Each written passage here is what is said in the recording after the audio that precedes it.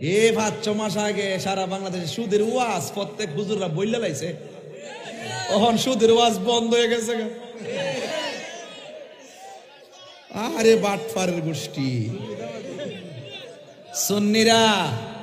সুন্নিরা কখনো টাকা পাইয়া, ক্ষমতা পাইয়া, চেয়ার পাইয়া হারামকে হালাল কয় না। কথা বলেন ঠিক কিনা?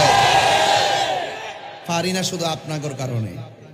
আপনারা কোনো না কোনো দলের ভিতরে ঢুকে যান গা।